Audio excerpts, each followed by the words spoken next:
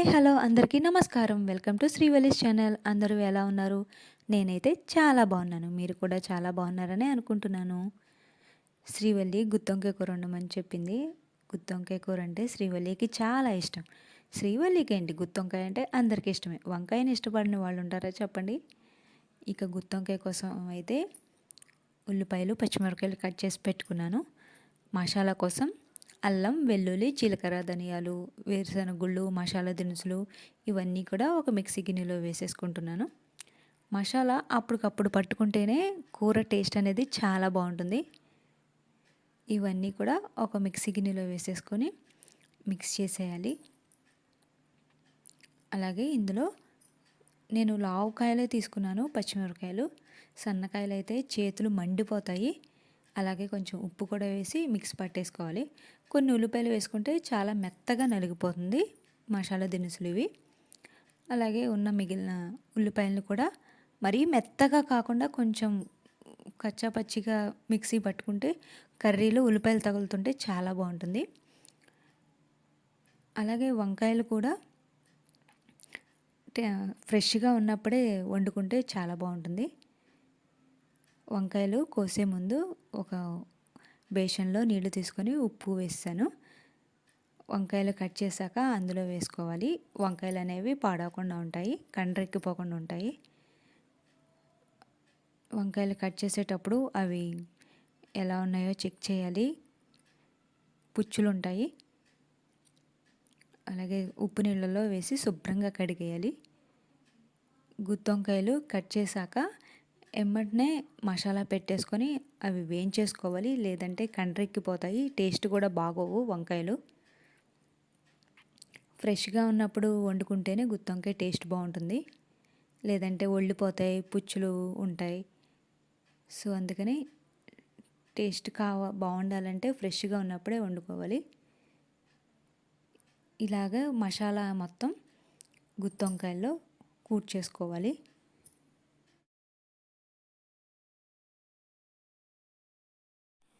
మసాలా పెట్టేటప్పుడు కూడా ఒకసారి చెక్ చేస్తాను అనమాట, పుచ్చులు ఉన్నాయో లేదని గుత్తొంకాయలకి.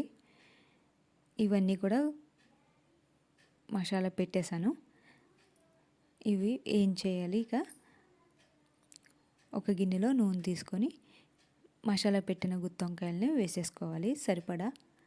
మరి అన్నీ వేసేసిన ఏగవు, ఎక్కువ ఉన్నాయి కాబట్టి సగం సగం వేసుకోవాలి. మసాలా కోసం నేను అన్నీ చాలా తక్కువగా తీసుకున్నాను. మసాలా మేము ఎక్కువ తినలేము ఘాటు, సో అందుకనే చాలా తక్కువగా తీసుకున్నాను. ఒక పక్కన ఒక ప్యాన్లో మిగిలి ఉన్న గ్రేవీని వేయించుతున్నాను. ఉప్పు, కారం, పసుపు, సాల్ట్ ఇవన్నీ ఒక దాంట్లోనే ఉండేలాగా ఒక బాక్స్ అయితే నేను ఆర్డర్ పెట్టేసుకున్నాను ఆన్లైన్లో.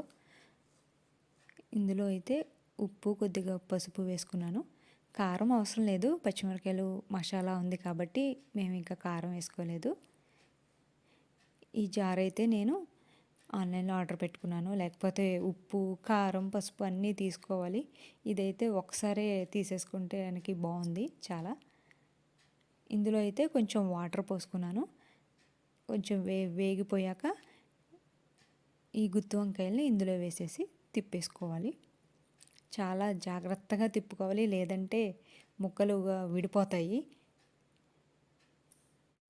స్మెల్ అయితే చాలా బాగా వస్తుంది, ఎందుకంటే మసాలా అప్పటికప్పుడు పట్టుకున్నాం కాబట్టి వాసన అయితే చాలా బాగా వస్తుంది. వీటిని అయితే చాలా నిదానంగా కలుపుతున్నాను, ఎందుకంటే ముక్క విడిపోద్ది. గుత్తొంకాయ ముక్కల్ని అలాగా ఆ కాడలతో ఉండి నోట్లో పెట్టుకుంటేనే చాలా బాగుంటుంది. విడిపోయినా ఏం కాదులేండి, మన కడుపులోకే కదా వెళ్ళేది. పొయ్యి మీద ఇక ఎక్కువసేపు ఉంచక్కర్లేదు, ఎందుకంటే మనకి గ్రేవీ ఏగిపోయింది, వంకాయ ముక్కలు కూడా ఏగిపోయినాయి కాబట్టి కాసేపు సిమ్లో ఉంచితే చాలు. ఇక మూత పెట్టేసి అస్తమానం తిప్పితే అవి ముక్కలుగా విడిపోతాయి కాబట్టి ఇలాగా గిన్నెను మట్టుకే తిప్పితే సరిపోతుంది. మళ్ళీ మూత పెట్టేసుకొని సిమ్లోనే ఉంచుకోవాలి. మరి ఎక్కువ పెట్టినా గ్యాస్ అడుగు మాడిపోతూ ఉంటుంది. గుత్తొంకాయ అయితే రెడీ అయిపోయింది. నేనైతే కర్రీ కోసం వెయిటింగ్ అనమాట. చపాతీలో ఎలా ఉంటుందో ట్రై చేద్దామని. మా పిల్లలు, మా వారైతే తినేశారు చపాతీ. నేనైతే ఈ గుత్తొంకాయలో టేస్ట్ చేద్దామని ఆగాను టిఫిన్ తినకుండా. టేస్ట్ అయితే చాలా బాగుంది. గుత్తొంకాయని ఇలా పట్టుకొని నోట్లో పెట్టుకుంటే అసలు దాని టేస్టే వేరనమాట. పాట అయితే గుర్తొస్తుంది. ఆహా ఏమి రుచి తినరా మై మరచి.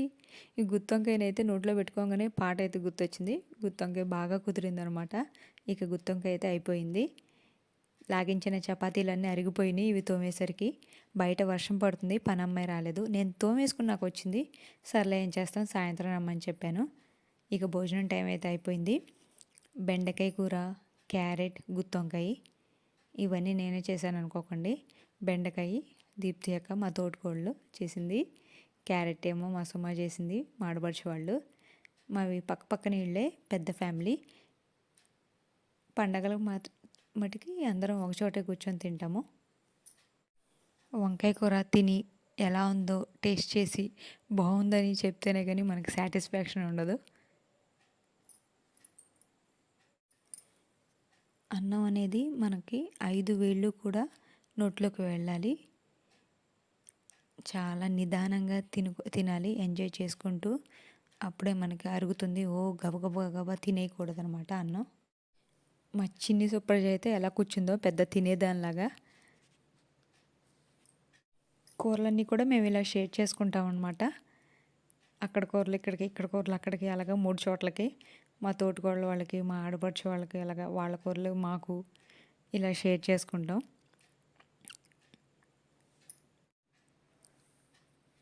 సుప్రజాకైతే కొంచెం కలిపి వేస్తున్నారు గిన్నెలో. తినదో పెట్టదో చిరాకు చేస్తుంది అనమాట. కర్రీ అయితే చాలా బాగుందంట. శ్రీవల్లి గారికి కలపాలి. వంకాయ కూరలో నేను కొత్తిమీర వేయటం మర్చిపోయాను.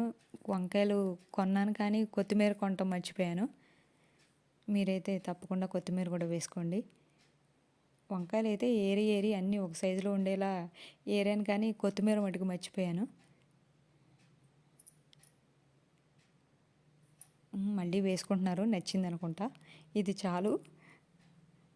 వండాక కర్రీ బాగుందని చెప్తే ఆ సాటిస్ఫాక్షన్ అయితే చాలా బాగుంటుంది. ఈ గుత్తొంకాయ కూర అయితే రాత్రికైతే ఇంకా చాలా బాగుంటుంది. మసాలా కూరలు ఏవైనా సరే రాత్రికి ఇంకా చాలా బాగుంటాయి కదా.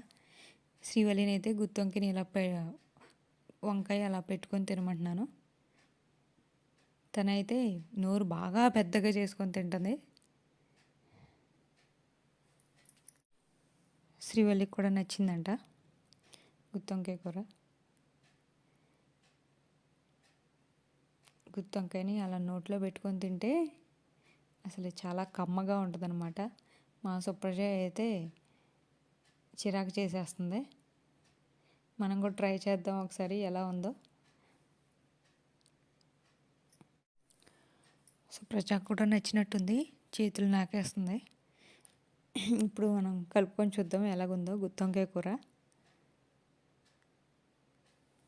నేను ఆల్రెడీ చపాతీలో టేస్ట్ చేశాను కదా, చాలా బాగుంది చపాతీలు కూడా. ఇప్పుడు అన్నంలోకి కలుపుకొని చూద్దాం ఎలా ఉందో. టేస్ట్ అయితే చాలా బాగుంది, చాలా బాగా కుదిరింది. గుత్తొంకాయ ఇలాగ నోట్లో పెట్టేసుకుంటున్నాను అలాగా. ఈ రెసిపీని మీరు కూడా ఒకసారి ట్రై చేయండి. మరొక మంచి వీడియోతో మీ ముందుంటాను.